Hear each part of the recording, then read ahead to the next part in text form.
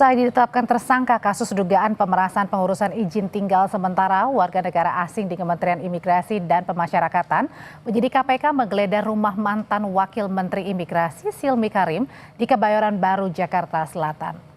Tim saudara menyegel beberapa ruang di rumah tersangka Silmi untuk menguatkan barang bukti elektronik dan bukti transfer perbankan terkait kasus dugaan pemerasan pengurusan izin tinggal sementara WNA. Dugaan pemerasan ini diduga telah dilakukan mantan Wakil Menteri Imigrasi Silmi Karim sejak dirinya masih menjabat sebagai Dirjen Imigrasi tahun 2023-2024. 8 tersangka termasuk mantan Wamen IMIPA Silmi Karim melakukan pemaksaan permintaan jatah kepada warga negara asing yang ingin mengurus pengajuan izin tinggal terbatas di Indonesia. Padahal izin pengajuan bisa dilakukan secara daring.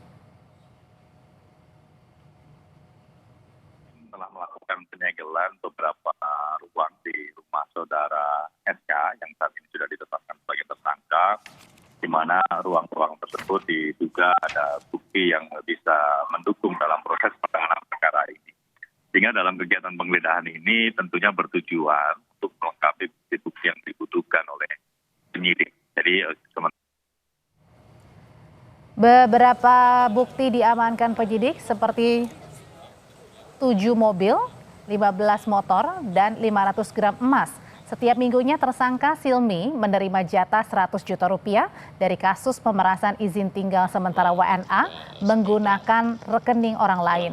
Uang tersebut kemudian dibelikan emas dan bahkan saat membeli rumah, tersangka justru menggunakan kepingan emas untuk pembayaran rumah.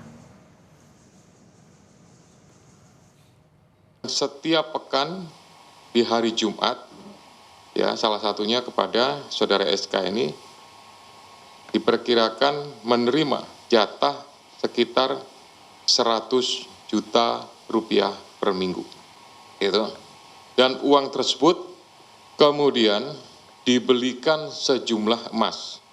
Ya, bahkan pada saat melakukan pembelian rumah, itu ada palet termasuk juga barang bukti juga yang sudah disita, ini pembayarannya juga tidak biasa. Biasanya transaksional, pembelian barang tidak bergerak, itu menggunakan rupiah, ya transaksinya di bank, transfer dan lain-lain, tapi ini menggunakan kepingan emas. Menteri Koordinator Bidang Hukum, HAM, Imigrasi dan Pemasyarakatan Yusril Iza Mahendra mengaku sering menerima laporan dugaan pungli atau pungutan liar di lingkungan imigrasi dan meminta KPK menelusuri potensi penyimpangan hingga ke berbagai daerah. Menurut Yusril, penyidikan ini perlu dijadikan momentum mengungkap berbagai celah penyimpangan yang masih terjadi di lingkungan keimigrasian. Pemeriksaan juga diharapkan tidak hanya fokus pada satu kantor imigrasi saja, melainkan dapat menjangkau wilayah lain yang punya potensi masalah serupa. Saya terus memonitor perkembangan kasus penyidikan dugaan terjadinya tindak pidana korupsi di jajaran imigrasi, khususnya di kantor imigrasi Jakarta Barat yang telah disidik oleh KPK, dan memang saya mendapat banyak sekali masukan dari masyarakat. Masih banyak terjadi penyimpangan-penyimpangan termasuk pungutan liar yang terjadi dan dilakukan oleh jajaran birokrasi di berbagai tempat, dan ini merupakan satu masukan penting, apalagi setelah KPK telah mengungkapkan terjadinya dugaan tindak pidana korupsi baik terjadi pada tahun 2023-2024 maupun yang terjadi sekarang ini.